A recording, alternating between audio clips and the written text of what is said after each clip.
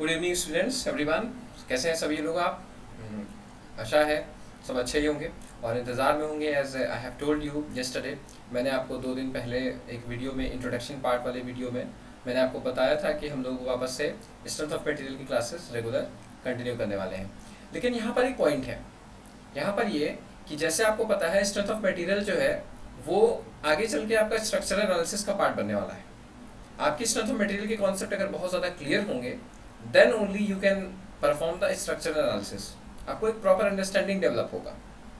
सो उसी तरीके से जैसे स्ट्रक्चरल एनालिसिस के लिए ज़रूरी हो जाता है स्ट्रेंथ ऑफ मटेरियल का आना, तो स्ट्रेंथ ऑफ मटेरियल का आना डिपेंड करता है कि आपकी मैकेनिक्स कैसी थी। That is why mechanics is a very common subject which is taught for the every branch in the first year. Okay, applied mechanics ये जो ब्रांच है, इंजीनियरिंग मैकेनिक्स को कहीं कहीं बोलते हैं, तो ये ब्रांच ये बहुत ज़रूरी हो जाती है कि अगर आपको ये आएगा engineering mechanics, then only you will be able to solve the problems और able to grab the concept that are necessary for the strength of materials. So strength of material तभी आएगा। और सिविल इंजीनियरिंग के लिए structure analysis करनी है तो आपको सोम भी आना चाहिए। आपको डिफ्लेक्शन भी निकालना पूछेगा कि सपोज आपको कोई बीम दे दी जाएगी, उस पर लोडिंग अप्लाई कर दी जाएगी और आपसे पूछा जाएगा okay just tell me the permissible deflection. So ये सारी चीज़ें अगर आपको करनी है, if you want to go for the civil engineering practice, then your concept regarding structure analysis should be very clear. समझ आ रहा है ना बात? So for this you have to perform very good structure analysis work, then you must clear your concept regarding SOM. और SOM depend करता है आपके इंजीनियरिंग मैकेनिक्स पे। सो मैंने उस दिन आपसे बोला कि हम लोग सोम शुरू कर देंगे, लेकिन फिर मैंने कहा कि उसमें अगर बात ये आती है कि सोम आपको तब आएगा ना समझ, आपको इंजीनियरिंग मैकेनिक्स मतलब बेसिक है, ये तो ABCD है सोम का। Engineering mechanics it should be very clear, समझ में आना चाहिए। सो उसी पॉइंट ऑफ को ध्यान में रख करके, मतलब that from that point of view I have redefined the course. That is पहले इंजीनियरिंग मैकेनिक्स कंप्लीट करते हैं। 10 to 15 डेज का कोर्स है, बहुत जल्दी खत्म हो जाने वाला है। सारी की सारी क्लासेस होंगी, जल्दी से जल्दी इसको देख लेते हैं इसमें क्या है कैसे है, फिर हम लोग स्ट्रेंथ ऑफ मटेरियल पे चलेंगे। सो आज हम लोग का पहला चैप्टर होने वाला है इंजीनियरिंग मैकेनिक्स का। I am going to write it down there, that is engineering mechanics. Okay, so you can look at it board. Engineering mechanics देखेंगे, इंजीनियरिंग मैकेनिक्स में क्या होने वाला है।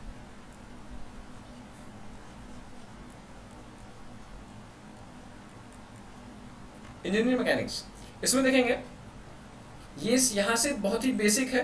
मतलब ये वो सब्जेक्ट होता है जहाँ से फील होना शुरू होता है कि okay something engineering is there.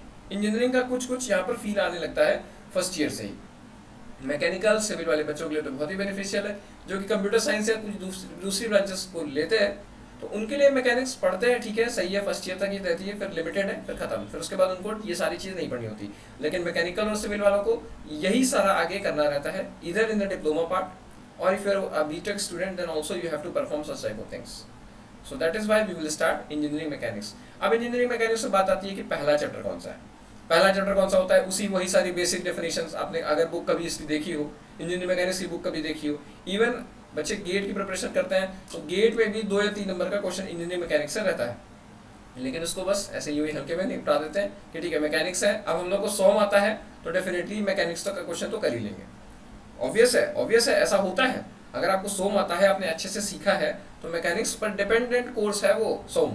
तो सोम अगर आप कर रहे हो, सोम में आप एडवांस लेवल तक अचीव कर चुके हो, then definitely your mechanics, your concept regarding mechanics will be very clear. बहुत अच्छे रहे होंगे तभी आप ये सारी चीज़ें कर पा रहे हो। सो यही चीज़ है, मैकेनिक्स बेसिक्स है, यहाँ से शुरू करते हैं क्योंकि अपना टारगेट ही यही है। इस प्रियम गुरुजी चैनल में अपना टारगेट ही यही था कि हम लोग बेसिक्स से सारी चीज़ें हंसते खेलते सिविल इंजीनियरिंग सीखने वाले थे। ओके, सो अभी देखते हैं व्हाट इज इंजीनियरिंग मैकेनिक्स और इंजीनियरिंग मैकेनिक्स में फर्स्ट चैप्टर कौन सा रहने वाला है। Okay, yeah so engineering mechanics that is, it is an introduction part, it is an introduction part. Introduction part में आप सीखेंगे कि व्हाट इज मैकेनिक्स, मैकेनिक्स है क्या, मैकेनिक्स क्या है। मैकेनिक्स में आपको देखो होगा क्या, a number of bodies, a number of physical bodies are there for the engineering practices. आप इंजीनियरिंग करने जा रहे हो तो उसमें आपको डिफरेंट डिफरेंट टाइप्स की बॉडीज आपको मिलेंगी, जिसको हिंदी में कहते हैं पिंड। भांति भांति तरीके के आपको पिंड मिलेंगे जिनसे आपको डील करना होगा। उन सारी बॉडीज पर जो आप फोर्सेस अप्लाई करोगे, फोर्सेस कैसे अप्लाई करोगे, आप नहीं भी अप्लाई करोगे देन फिर भी कुछ ना कुछ फोर्सेस पे लग रहा होगा। जैसे just like the force of gravity, force of gravity होगा, उस बॉडी का वेट जो होता है वो खुद ना खुद अप्लाई तो हो रहा होगा। तो उसके चलते क्या इफेक्ट है उस बॉडी पर, whatever the forces are being applied on the body, what is the effect of all these things? किसी पिंड पर लगने वाले सभी बलों का, जो भी बल लग रहे हैं, मैंने अभी नाम नहीं लिया, जो भी बल लग रहे हैं उन बलों का उस पिंड पर क्या प्रभाव होने वाला है, that is the study of all these things। उसी चीज की मतलब क्या बोलते हैं, उसी चीज को जानना, उसी चीज को समझना, यही होता है मैकेनिक्स। इसी को बोलते हैं यांत्रिकी, बोलते हैं हिंदी में यांत्रिकी, और इसी को इंजीनियरिंग मैकेनिक्स बोलते हैं यहाँ पर। So the study of all the forces on a particular body and their effect is the study of mechanics. अब मैकेनिक्स हो गया, मैकेनिक्स की बात हो गई। मैकेनिक्स में अगर आप लिखना चाहें तो यहाँ पर लिखने का क्या है, अब मैंने सिर्फ बोल दिया, लिखने की कोई बात ही नहीं है। Study the nature of forces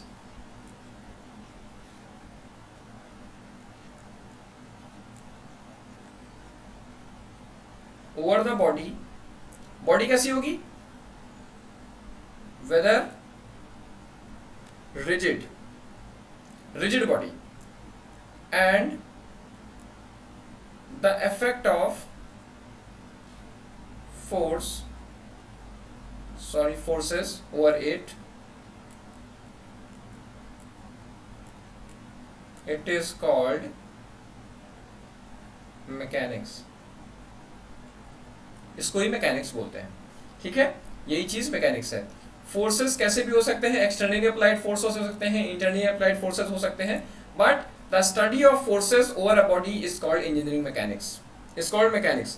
mechanics has been classified into two types. Mechanics को फर्दर आपने दो पार्ट में डिवाइड कर रखा है, दैट इज मैकेनिक्स को दो पार्ट में डिवाइड कर रखा है। एक आ जाता है statistics, sorry statics, not statistics, statistics तो सांख्यिकी हो गया, वो नहीं, उसकी बात यहाँ पे नहीं करनी है। यहाँ पर होता है स्टैटिक। स्टैटिक मतलब स्थैतिक, जिसको बोलते हैं हिंदी में बोलते हैं स्थैतिक, ओके, स्टैटिक। और यहाँ पर दूसरा आ जाता है डायनेमिक, ओके। इसमें आपको इसको बोलते हैं गति या गति संबंधित विज्ञान जो है डायनेमिक। ये दो ब्रांचेस हैं किसकी, मैकेनिक्स की। अब आता है फर्स्ट ब्रांच यहाँ पे लिखी हुई है, ये लिखा हुआ है static, and second one is dynamic. Static branch में क्या होने वाला है कि we will consider the effect of the force on the bodies. Mechanics में मैंने मैकेनिक्स के डेफिनेशन में आपको ये क्लियर है बात कि आप कुछ भी करने वाले हो, आप बलों का अध्ययन करने वाले हो अनेक अनेक पिंडों पर। In the same way in the English language you are going to study the effect of forces on different type of bodies, this is mechanics। अभी जो भी आप स्टडी करने वाले हो वो बॉडी या वो कंप्लीट सिस्टम, जो बॉडी है जिस पर फोर्स अप्लाई हो रहा है, या वो बॉडी हो सकती है या वो complete a system of bodies हो सकती है। Means a number of bodies combines a system, बहुत सारी बॉडीज मिलकर के एक सिस्टम को फॉर्म करेंगी, वो कंप्लीट एक सिस्टम हो सकता है। वो सिस्टम या रुका हुआ हो सकता है या मूविंग हो सकता है, या तो सारी की सारी चीजें रुकी हुई होंगी, स्टेबल कंडीशन में होंगी, या फिर वो मूव कर रहा होगा या फिर चल रहा होगा। सो अगर स्टैटिक कंडीशन का सिर्फ और सिर्फ मतलब यही है कि अगर बॉडी आपकी स्टैटिक स्टेट में है, मतलब रुकी हुई है, सारी की सारी चीजें रुकी हुई हैं, तब जो आप स्टडी करने वाले हो वो दैट इज स्टैटिक। लेकिन अगर आपकी बॉडीज चल रही हैं, अगर आपका सिस्टम जो है जिसको आप स्टडी करने वाले हो वो मूव कर रहा है, then definitely that system will be comes under the category of dynamic one। वो वहां पर डायनेमिक स्टडी को किया जाएगा। अब मैं आपको बता दूं, ऐसे तो लगता होगा कि सारी की सारी बॉडीज कहीं ना कहीं रखी हुई हैं, सारे के सारे पिंड जो है कहीं ना कहीं स्टेबल हैं। Just like this is a block. यहाँ पर देखिए इस तरीके मैंने आपको एक ब्लॉक बना दिया, ये कोई ब्लॉक है, इसका वेट इस पर W नीचे की तरफ लग रहा है, ठीक है। साइड में मैंने कोई फोर्स अप्लाई कर दिया, ऐसे लग रहा होगा, फ्रिक्शन कहीं ना कहीं से इसको रिएक्शन दे रहा होगा, ये एक आपका केस हो जाएगा। अब चूंकि we are studying the study of forces over this body, over this cube, so this is of course this is mechanics, and if this body is not moving, if this body is not moving, then it is the study of statics.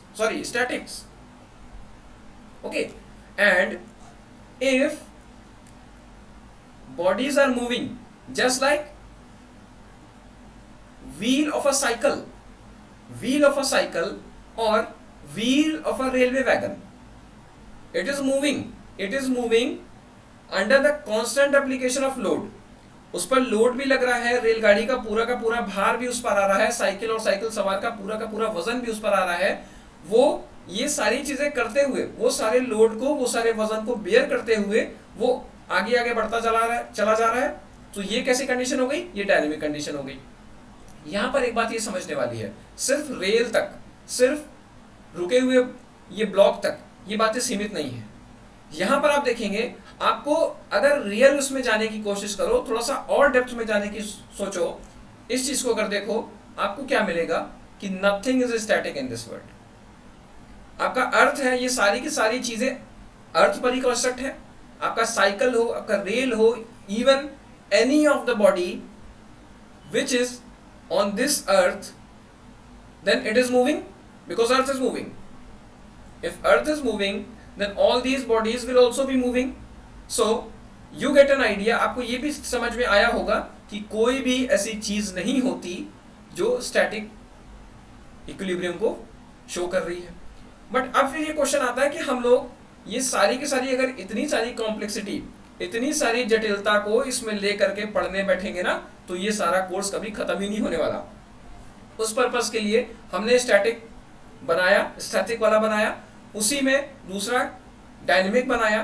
तो अब ध्यान देने वाली बात यह है, फिर static कैसे सिद्ध करेंगे?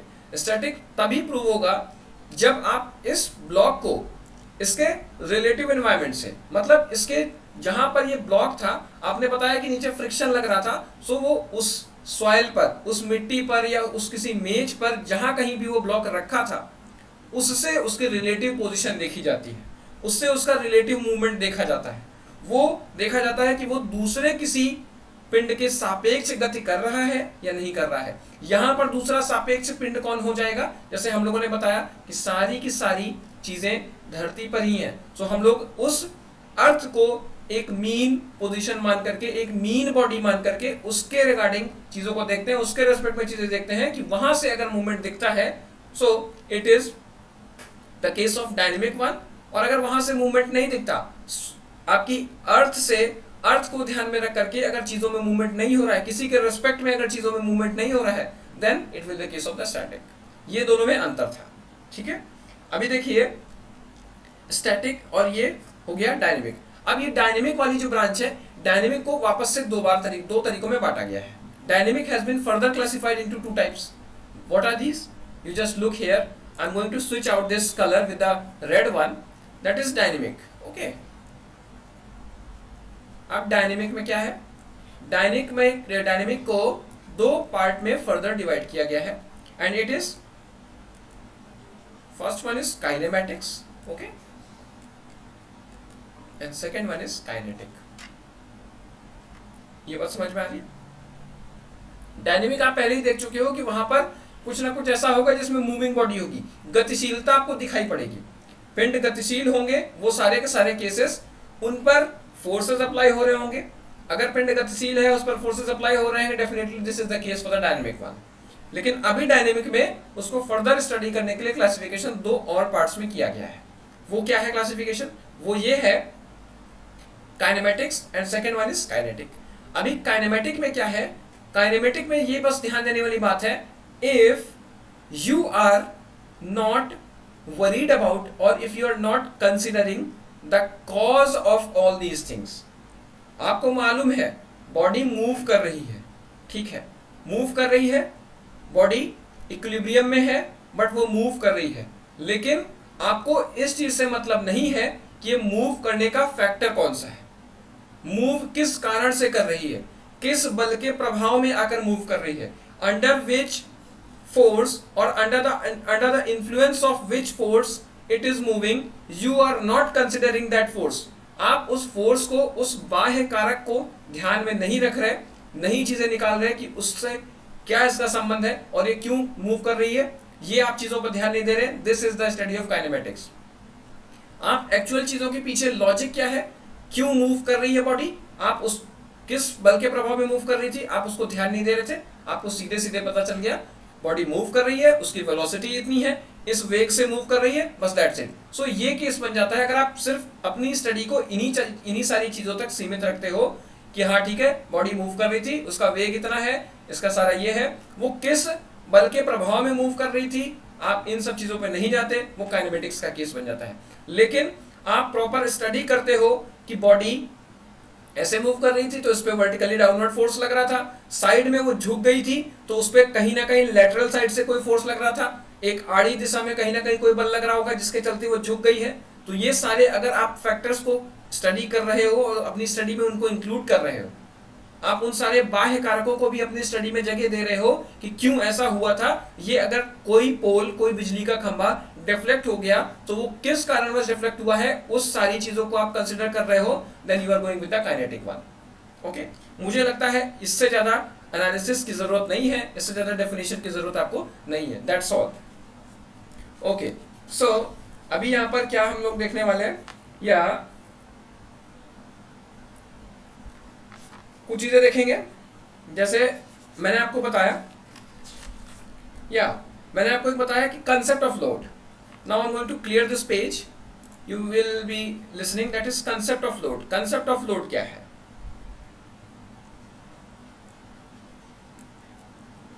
Concept of force, sorry, concept of force. Force का कंसेप्ट क्या है, मतलब बल की संकल्पना क्या है। हिंदी मीडियम वालों को भी इसमें कोई दिक्कत नहीं होगा, सारा का सारा आपने जो चीजें हिंदी में बोलूंगा मैं उसी चीज को ट्रांसलेट करके इंग्लिश में बोल दूंगा, तो no problem will be there, you just stay here only, सुनते जाओ, चीजें समझ में आती जाएंगी। अभी तो ये सिर्फ पहला चैप्टर है, आगे तो बहुत मजा आने वाला है, सारी चीजें जब समझोगे अच्छा ये भी होता था, तब तो बहुत सारी चीजें अच्छे से हो जाएंगी। ठीक है, अब देखिए व्हाट इज फोर्स। फोर्स आपको बहुत बचपन से सीखते आ रहे हो, फोर्स इज अ पुश और पुल। बल एक बाह्य कारक है जो चीजों में गतिज अवस्था का विरोध करता है, या फिर वो जिस अवस्था में पिंड रहना चाहता है बस वैसे ही मेंटेन होना चाहती है बॉडी। ये सारी चीजें आपने बहुत शुरुआत से पढ़ रखी हैं, क्लास 8 या 7 से सारी डेफिनेशंस आ गई थी। यहाँ पर सिर्फ ये है कि एक फोर्स का यहाँ पर फोर्स का मतलब ये है कि under the equilibrium condition, force equilibrium condition में है तो वो बॉडी में जो भी चेंजेस होने वाले हैं, चेंजेस कैसे होंगे, कोई उस पर फोर्स अप्लाई होगा, मतलब कोई भी पुश या पुल आप अप्लाई करोगे, ठीक है, सो उसके शेप में या उसकी पोजीशन में जो भी चेंज आने वाला है वो चेंज कौन करने वाला है, that is force. This is called force. जैसे इसमें क्या आएगा, आप किसी को पुश कर दो, किसी को खींच दो, आप कोई बॉडी थी उसको आपने एक साइड से रोक के रख लिया, अदर साइड से आपने फोर्स लगा दिया, सो उसके शेप में चेंज आ जाएगा। सो ये भी क्या है, इफेक्ट ऑफ फोर्स है। ये सारी चीजें इफेक्ट ऑफ फोर्स है। आप सिंपल शब्दों में ये समझ सकते हो कि force is an that external agent by which work is being done. बल एक वह बाह्य कारक है, बल एक वह बाह्य कारक है जिसके द्वारा कार्य किया जाता है। सिंपल यही बात है, इतना ही फोर्स है और यही इसकी डेफिनेशन है जो कि आपको इस लेवल तक जानना जरूरी है। बस इसके आगे कुछ भी आपको नहीं समझना है, बस यही यहाँ पर बात खत्म हो जाती है। ठीक है, आपको ये भी पता है जो न्यूटन का सेकंड लॉ है, तो उसमें आपको क्या चीजें गिवन है, एक आपको बहुत अच्छा वेल नोन फॉर्मूला गिवन था, F is equal to mass into acceleration. इस तरीके से ये चीज गिवन थी, F is equal to ma। ये चीज आपको पहले से मालूम है, बहुत ही बेसिक सा फॉर्मूला है। This is acceleration, this is mass and this is force. Okay, so अब हम लोग देखेंगे ये फोर्स में क्या क्या होता क्या है, कैरेक्टरिस्टिक्स ऑफ फोर्स।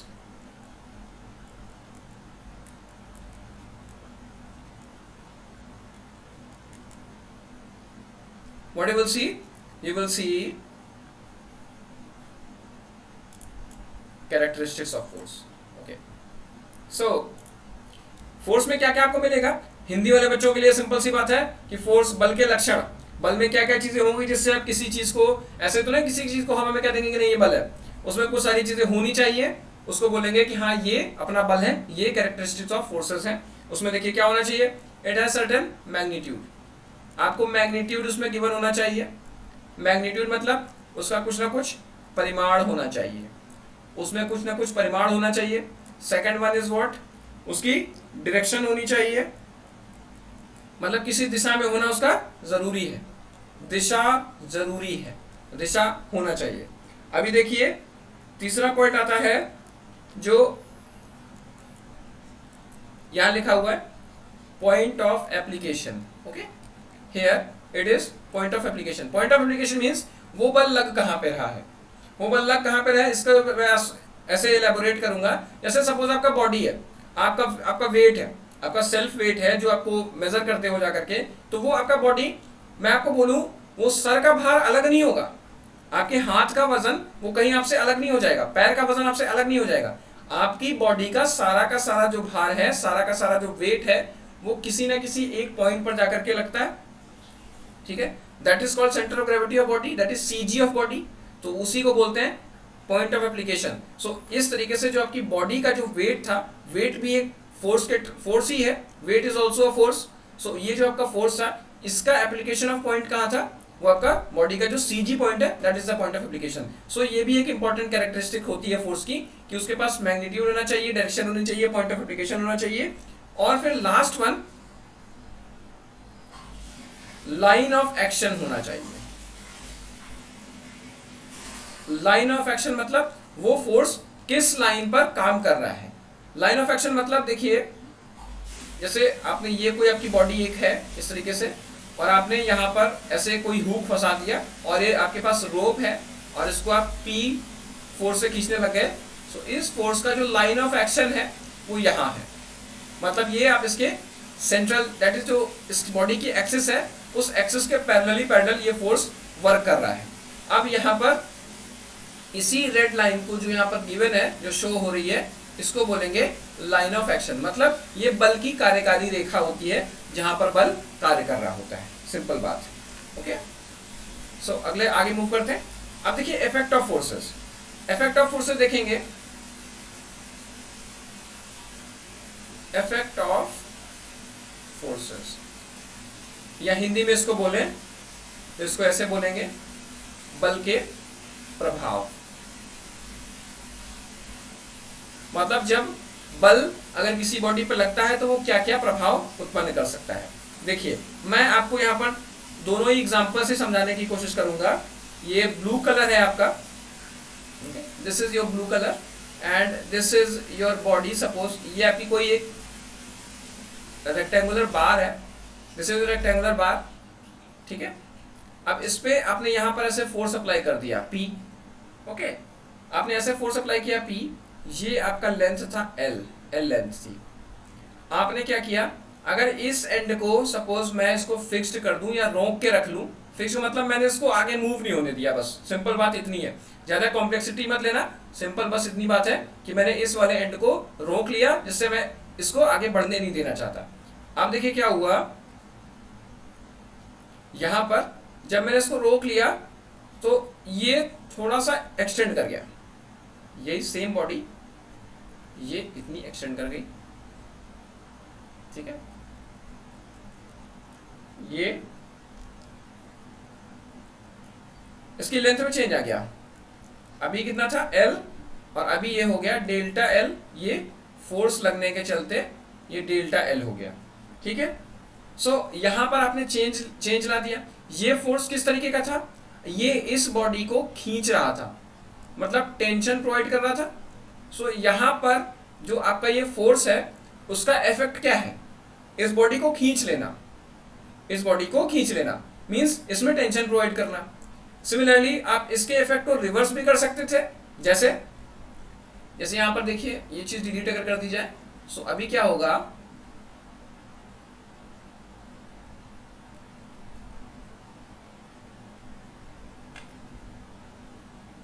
ये सेम फोर्स अपोजिट अगर P डायरेक्शन में लगने लगे, इस चीज को दबाने लग जाए, तो ये अभी क्या, इसका इफेक्ट क्या है, ये कंप्रेस करने का है, मतलब ये इसमें क्या करेगा, संपीड़न, इसका संपीड़न करेगा, मतलब इसको ये दबाएगा। इस स्थिति में क्या होगा, आपकी लेंथ जो बढ़ गई थी वो डेल्टा L शॉर्ट हो जाएगी, जो पहले से L थी अब वो डेल्टा L कम हो जाएगी।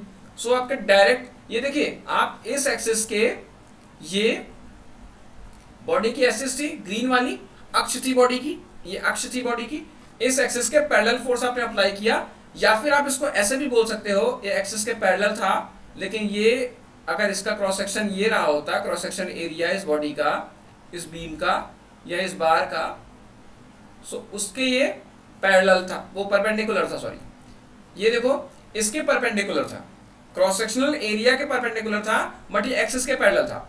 सो यहाँ पर आपने देखिए इसके इफेक्ट क्या था, टेंशन इंड्यूस कर देना या फिर कॉम्प्रेशन इंड्यूस कर देना, ठीक है, कॉम्प्रेशन इंड्यूस कर देना। वहीं पर मैं आपको दूसरा इफेक्ट आपको दिखाऊंगा, दूसरे इफेक्ट में आपको क्या मिलने वाला है, सेकंड इफेक्ट। अब देखिए सपोज आपके पास इस तरह की आपके पास कोई एक बीम है, ये आपके पास कोई बीम है, ये कैंटिलीवर टाइप बीम इसको बोलते हैं, जिसका एक एंड तो फिक्स्ड रहता है, दूसरा एंड फ्री रहता है। यहाँ पर देखिए ये वाला एंड फिक्स है, फिक्स्ड का मतलब सिर्फ इतना है कि मैं उसको किसी भी तरीके से मूव होने नहीं देना चाहता, वो पूरा हमने प्रॉपर रोक के रखा हुआ है, ठीक। और दूसरा एंड हमने उसको फ्री कर रखा है, उसको बिल्कुल भी आप वो अलाउ है, वो किसी भी ऊपर जाना चाहे जा सकता है, रोटेट करना चाहे रोटेट कर सकता है, घूमना चाहे घूम सकता है, ऊपर नीचे जाना चाहे, डिफ्लेक्टेड होना चाहे डिफ्लेक्ट हो सकता है, विस्थापित हो जाना चाहता है नीचे हो जाने दो, ठीक है। अब देखिए यहां पर मैंने पी फोर्स अप्लाई कर दिया, सो पी फोर्स के चलते क्या होगा, ये इस बॉडी को ऐसे नीचे की तरफ झुका देगा, ऐसे। यहाँ पर कुछ ना कुछ डिफ्लेक्शन मैं शो कर रहा हूं, लेकिन अभी उस चीज की जरूरत नहीं है, बिल्कुल आप आराम आराम से समझेंगे, ठीक है, परेशान नहीं होंगे बिल्कुल भी, ठीक है। ये पी फोर्स इसको नीचे ऐसे यहाँ पर इतना दबा देगा। सो देखिए अब मैं अगर यहाँ पर देखने की कोशिश करूं, इसका एक और इफेक्ट दिखेगा क्या, ये पी है, सपोज इस एंड पर, मतलब इतनी दूरी पर, ये आपका एल हो गया, एल लेंथ हो गई। सो ये पी, ये लेंथ, ये दोनों पी इंटू एल मिलकर क्या बना देंगे, मोमेंट बना देंगे। क्या बना देंगे, मोमेंट बना देंगे। हिंदी में इसको बोलेंगे आघूर्ण बना देंगे, है ना, इसको क्या बना देंगे, आघूर्ण, ये मोमेंट बना देंगे। सो इसी मोमेंट के चलते ये जो डिफ्लेक्शन आपको दिख रहा है, जो आपकी बीम नीचे की तरफ ऐसे झुक गई है, वो इसी मोमेंट के चलते ही हुई है। क्लियर है बात, ये इसी के चलते हुई है। P इंटू एल, P यहाँ पर फोर्स है, ये L जो है इस बल से लगने वाली लंबवत दूरी थी, means perpendicular distance from this force to a particular section. जिस भी फोर्स, जिस भी आपको सेक्शन पर, जिस भी काट पर आपको आघूर्ण या मोमेंट आपको चाहिए हो, बल ले लो उसका और उससे लंबवत डिस्टेंस ले लो और दोनों को इंटू कर दो, उसका मोमेंट आ जाएगा। सो ये भी उसका क्या एक है, इफेक्ट है। आपको ये सारी की सारी चीजें देखनी होती हैं कि बल की क्या क्या इफेक्ट हैं। तो आपने एक में देखा था कि जब डायरेक्ट वो एक्सिस के पैरेलल या फिर क्रॉस सेक्शनल एरिया के परपेंडिकुलर अप्लाई हो रहा था, तब उसमें आपने देखा था कि डायरेक्ट स्ट्रेसेस जनरेट हो रही थी, टेंशन आ रही थी, और दूसरे केस में कंप्रेशन आ रही थी, तो वो भी इसका एक इफेक्ट था, उसका प्रभाव था। और ये आप देख रहे हो पी एल डिस्टेंस पर, एल काट पर आपने देखा यहाँ पर मोमेंट जनरेट हो रहा है, आघूर्ण बन रहा है, तो ये भी इसका एक प्रभाव है, ठीक है। अब देखिए आपको पता है न्यूटन का जो थर्ड नियम था, न्यूटन्स थर्ड लॉ, उसमें क्या था, each and every action has equal and opposite reaction, ऐसा था। तो ये सारी की सारी चीजें अप्लाई होंगी। अब जैसे मैंने आपसे बोला, अभी यहाँ पर मैंने आपको बताया कि इस तरह की कोई बॉडी है, going with the red colour. यहाँ पर मैंने कहा ये कोई बॉडी है, सपोज ये कोई बॉडी हो गई, मैंने बोला इसको मैं पी फोर्स से इधर खींच रहा हूँ, ठीक है। सो पी फोर्स से खींच रहा हूँ, तो ये मैं जानता हूँ कि टेंशन मैं प्रोवाइड कर रहा हूँ, ठीक है, टेंशन प्रोवाइड कर रहा हूँ। लेकिन ये अगर बॉडी इधर नहीं आ रही है, या मैंने इसको यहाँ पर सपोज रोक के रखा हुआ है और ये इसकी लेंथ में चेंज नहीं हो रहा है, लेंथ में चेंज अगर नहीं हो रहा है, सो इसके क्रॉस सेक्शनल एरिया में, मतलब इसकी जो काट है, इंटरनल काट जो सेक्शन की है, क्रॉस सेक्शनल एरिया जो इसका है, वो एक इंटरनल फोर्स डेवलप कर चुका होगा, एक आंतरिक बल उसने इस बल के विपरीत दिशा में लगा दिया होगा, या opposite to the direction of the applied force there must be a force had been generated in this way which will be equal to P। of course P के इक्वल होगा, तभी बॉडी की शेप में कोई change नहीं हो रहा है, बॉडी अपनी पोजीशन को चेंज नहीं कर रही है, और आपने P फोर्स अप्लाई भी किया है, तो वो आपका P फोर्स कहाँ चला गया, वो पी फोर्स कहाँ चला गया? अगर आपकी बॉडी के शेप में चेंज नहीं हुआ, वो पोजीशन चेंज नहीं हुई और आपने पी फोर्स भी अप्लाई किया, तो वो पी फोर्स अगर आपने अप्लाई किया तो आपको अपनी साइड में बॉडी आ जानी चाहिए थी। आपकी बॉडी इस डायरेक्शन में आपने मूव किया तो आपकी बॉडी इस डायरेक्शन में मूव कर जानी चाहिए थी। अगर वो मूव नहीं की तो आपका पी कहाँ चला गया? पी फोर्स कहाँ चला गया? वो क्या हुआ, बॉडी ने इंटरनली अपने क्रॉस सेक्शनल एरिया में या बॉडी की कुछ ना कुछ इंटरनल जो भी प्रॉपर्टी रही हो, यही सारी प्रॉपर्टी हम लोग आगे पढ़ने वाले हैं, कुछ ना कुछ ऐसा जरूर हुआ होगा कि जो अंदर ही अंदर एक रेजिस्टेंस डेवलप हुआ, अंदर ही अंदर एक प्रतिरोध डेवलप हुआ जो कि इस फोर्स के बिल्कुल अपोजिट था, और वो बॉडी का शेप भी स्टेबल रहा और उसकी लेंथ भी उतनी रही। तो इसी चीज को बोलते हैं रिएक्शन डेवलप हो जाना। आपने जो काम किया था, पी फोर्स आपने अप्लाई किया था, उसके चलते आपको अपोजिट में एक रिएक्शन मिल गया। ये बात बोलते हैं कि this is action that you are providing, this is P, and reaction जो इसके अपोज में, इस चीज को अपोज करने के लिए हुआ, वो रिएक्शन हो गई। रिएक्शन ज्यादा तौर पे जो आगे हम लोग पढ़ेंगे, एक बहुत ही ज्यादा टर्मिनोलॉजी आएगी आगे आपके through out the engineering course में चलती चली जाएगी, that is stress. Stress is nothing, it is the internal resistance developed by the body against the applied loading. तो वही आगे सारी चीजें पढ़ेंगे, लेकिन अभी सिर्फ इतना जाने कि एक्शन और रिएक्शन क्या थे वो मैंने आपको बता दिया। ठीक है, चलिए अब देखिए, यहां पर मैंने टेंशन के बारे में बताया, टेंशन बताई, टेंशन के चलते जो रिएक्शन आ गई वो मैंने आपको बताई। अभी देखिए, यही सेम कोई बॉडी है, ये सेम बॉडी है, अब आप इस पे कंप्रेसिव फोर्सेस लगा रहे थे, कंप्रेसिव फोर्सेस आप लगा रहे थे, तो आप इसको दबा रहे थे, आप इसको दबा रहे थे, ये इसका साइज को छोटा कर रहे थे, you are applying compressive forces. So इस कंप्रेसिव फोर्सेस के चलते क्या कोई एक्शन या रिएक्शन वाला खेल नहीं होगा? डेफिनेटली होगा। यहां पर भी सारी की सारी each and every action has equal and opposite reaction, ये बात अभी भी वैलिड है। कंप्रेसिव फोर्स आप अप्लाई कर रहे हो, कंप्रेसिव फोर्स आप उसको बॉडी को दबाए चले जा रहे हो, दबाते चले जा रहे हो, उसमें भी बॉडी अपनी शेप को मेंटेन करना चाहती है, बॉडी अपने शेप को रिगेन करना चाहती है। उस रिगेन करने के चलते बॉडी अब एक्सटर्नल, बाहर की तरफ एक फोर्स इंटरनली लगाएगी, बाहर की तरफ एक फोर्स बॉडी लगाएगी, उसको क्या बोलेंगे? अगेंस्ट कंप्रेशन, जो आपने कंप्रेशन अप्लाई कर दिया बॉडी पर, उस कंप्रेशन के अगेंस्ट बाहर की तरफ एक बॉडी फोर्स लगाएगी, उसको ही हम लोग बोलेंगे क्या? Thrust. Thrust is the resistance offered by the body against the compressive forces. संपीड़न बलों के विरुद्ध, संपीड़न बलों के विपरीत जो बॉडी प्रतिक्रियात्मक तौर पर जो बल उत्पन्न करती है उसको बोलते हैं क्या? थ्रस्ट बोलते हैं, या फिर हिंदी में उसको बोलते हैं प्रणोद। थ्रस्ट को हिंदी में बोलते हैं प्रणोद। यहां पर मैं लिंक भी देता हूं, ये बड़ी बड़ी कॉम्प्लेक्स टेक्नोलॉजी है हिंदी वाली, प्रणोद। ओके, चलिए ये चीज हो गई, यहां पर क्लियर करते हैं। अभी देखिए, ये चीज आपने देखी, अब मैं आपको एक चीज, एक अच्छा सा कॉन्सेप्ट है, प्रिंसिपल ऑफ ट्रांसमिसिबिलिटी, ओके, या फिर स्थानांतरण शीलता का सिद्धांत।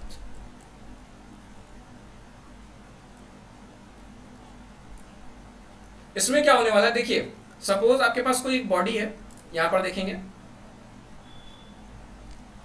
ये आपकी कोई एक बॉडी है, ठीक है, ये बॉडी है, इस पर आपने कोई फोर्स अप्लाई कर दिया, सपोज आपने ये कोई फोर्स अप्लाई कर दिया यहां पर।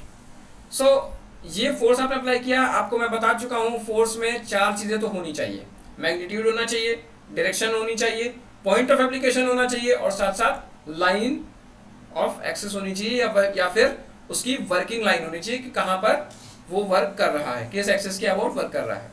सो इसमें कुछ नहीं है, ये चीज यहां पर देखिए, ये आपके पास पी फोर्स है, ये एप्लीकेबल है, इसकी डायरेक्शन है, इस डायरेक्शन में ऐसे जा रहा है इस तरफ, सो ये इस पॉइंट पर एप्लीकेबल है। तो यहां पर अगर आपको बोला जाए, प्रिंसिपल ऑफ ट्रांसमिसिबिलिटी ये बोलता है, स्थानांतरणशीलता का सिद्धांत ये कहता है कि अगर कोई पिंड जिस पर कोई बल ऐसे लगा हो, ये आपका पिंड है, ये आपका पिंड है, अगर कोई पिंड जिस पर कोई बल ऐसे लगा हो, तो उस बल की कार्य रेखा को आप आगे बढ़ा दें, जहां तक भी आप बढ़ाना चाहें, ठीक है, जैसे यहां पर मैं बढ़ा दिया, उस बल की कार्य रेखा को आप आगे बढ़ा दें, ओके, वर्किंग लाइन को आप आगे बढ़ा दो, एक्सटेंड कर दो, और इस कंप्लीट वर्किंग लाइन पर आप कहीं पर भी ये एज्यूम कर सकते हो कि this force is working on it. आप वर्किंग लाइन जहां पर वो वर्क कर रहा था उस वर्किंग लाइन को अगर आप आगे फर्दर एक्सटेंड कर देते हो तो आप उस कंप्लीट लाइन पर कहीं भी ये मान सकते हो कि यहां पर वो फोर्स एक्ट कर रहा है, okay. This is the principle of transmissibility. बल की स्थानांतरणशीलता का सिद्धांत यही कहलाता है। इसका क्या यूज है, आगे क्यों काम आता है, मैं आपको आगे बताता हूं। देखिए, जैसे कभी कभी क्या होगा, आपको इस तरह की कोई बॉडी मिल जाएगी,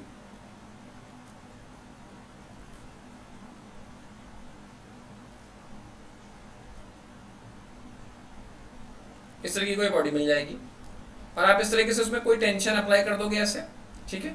सो अब देखो, और आपसे सपोज पूछा जाएगा कि इस वाले पार्ट में यहां पर मुझे स्ट्रेस की वैल्यू बताओ, या यहां पर अंदर जो है स्ट्रेस कितने जनरेट होगी आप बताओ। सो आपके पास ये बहुत ही एक अच्छा सा एप्लीकेशन है उसी प्रिंसिपल का कि आप इस लाइन को आप फर्दर आगे इनफाइनाइट लेंथ तक एक्सटेंड किए जाओगे, बस उसका चेंज ओरिएंटेशन बदले ना, ओरिएंटेशन चेंज ना हो, आप इस लाइन को एक्सटेंड करते चले जाओ। अब देखिए, ये फोर्स जो टी यहां पर एक्ट कर रहा था, ये फोर्स आपका इस पॉइंट पर भी एक्ट करता हुआ माना जा सकता है, यहां पर भी माना जा सकता है, ठीक है। बस उसकी लाइन ऑफ एक्शन को छेड़ो मत, लाइन ऑफ एक्शन को चेंज मत करो, जहां पर भी लाइन ऑफ एक्शन था वही रखो, बस उस लाइन ऑफ एक्शन को आप इनफाइनाइट लेंथ तक एक्सटेंड कर सकते हो और उस लाइन पर उस फोर्स को आप किसी भी पॉइंट पर एक्ट करता हुआ माना जा सकते हो, बस वो लाइन पर ही रहे। यही आपका ट्रांसमिसिबिलिटी है प्रिंसिपल, ठीक है। ये बहुत आगे काम आएगा, वेरी इंपॉर्टेंट वन, ओके। सो अभी ये सारी की सारी चीजें हो गई। अब जो भी चीजें इंपॉर्टेंट थी हम लोगों ने डिस्कस कर ली। अब सेकंड चैप्टर जो होगा वो एनालिसिस ऑफ फोर्स होगा। उसमें हम लोग ये जो भी फोर्सेस लगेंगे, क्या कैसे फोर्सेस होंगे, क्या प्लेन होता है, कोप्लैनर क्या होता है, ठीक है, एक कॉन्करेंट फोर्सेस क्या होते हैं, नंबर ऑफ फोर्सेस अगर एप्लीकेबल होंगे तो उसको क्या बोलेंगे, कोप्लैनर फोर्सेस क्या होते हैं, इसको डिस्कस करेंगे। और एक लास्ट चीज और डिस्कस कर लेते हैं, जो कि ये है कि suppose there is a body, आपके पास इस तरह की कोई एक बॉडी है, उस बॉडी पर ये फोर्स P काम कर रहा है, ये फोर्स T काम कर रहा है, ये S है, ये कुछ ऐसे Q है। Number of forces are applicable, किसी एक बॉडी पर number of forces are applicable, किसी बॉडी पर बहुत सारे के सारे फोर्स एप्लीकेबल हैं, काम कर रहे हैं। सो यहां पर सिर्फ इतना है, इस बॉडी पर, for this body effect of each and every force will be unique and it's individual. मतलब कहने का यह है कि जो भी इन बलों का प्रभाव होगा, वो प्रभाव प्रत्येक बल का अपना व्यक्तिगत होगा, वो किसी भी दूसरे बल पर निर्भर नहीं करेगा। अब एक बल का प्रभाव वो उसका अपना होगा और वो सीमित होगा उसी तक। मतलब कहने का ये कि P फोर्स जो यहां पर आपको ये दिख रहा है, ये फोर्स और इसका जो इफेक्ट होगा वो T से कोई भी संबंध नहीं रखता होगा। T के फोर्सेस और उसका जो इफेक्ट है वो अलग होगा, P का अपना अलग होगा। इस फोर्स को ही कहते हैं, इस कंप्लीट कॉन्सेप्ट को कहते हैं concept of physical independence of forces. Hindi में अगर यहां पर हिंदी में मैं आपको बताऊं तो वो ये है कि अगर किसी पिंड पर बहुत सारे बल काम कर रहे हैं, if on a particular body a number of forces are working, a number of forces are applicable, then each and every force will have its unique effect over the body.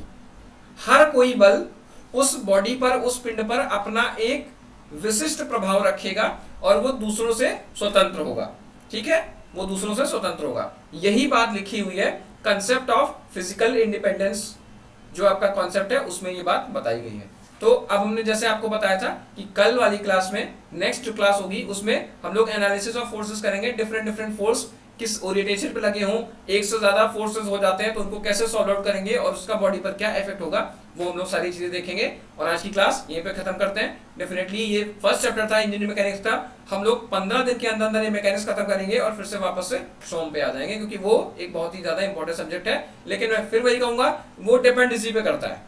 आप बेसिक्स यहाँ से सीखते हो, फिर जाकर के सोम में आप और ज्यादा हायर लेवल पे अप्लाई कर देते हो। ठीक है, सो क्लास खत्म करते हैं यहाँ पे। मुझे आशा है कि सारी चीजें आपको समझ में आई होंगी। बहुत ही बेसिक चीज सारी चीजें थी। It was the introduction part for the mechanics 1। ये मैकेनिक्स का इंट्रोडक्शन था, इसमें ऐसा कुछ भी नहीं था जो आप चीजें सुने ना हो या कभी जानते ना हो, लेकिन फिर भी कुछ चीजें आपको जरूर यहाँ पर नहीं मिली होंगी। वही सारी चीजें अभी और आगे से ज्यादा आपको नहीं मिलती चली जाएंगी। आप पीछे वाली क्लास से अगली वाली क्लास को रिलेट कर पाओगे। इसी तरीके से आप पीछे वाले सब्जेक्ट जो कि इंजीनियरिंग मैकेनिक्स है उसको आगे वाले सब्जेक्ट में रिलेट कर पाओगे, that is strength of material.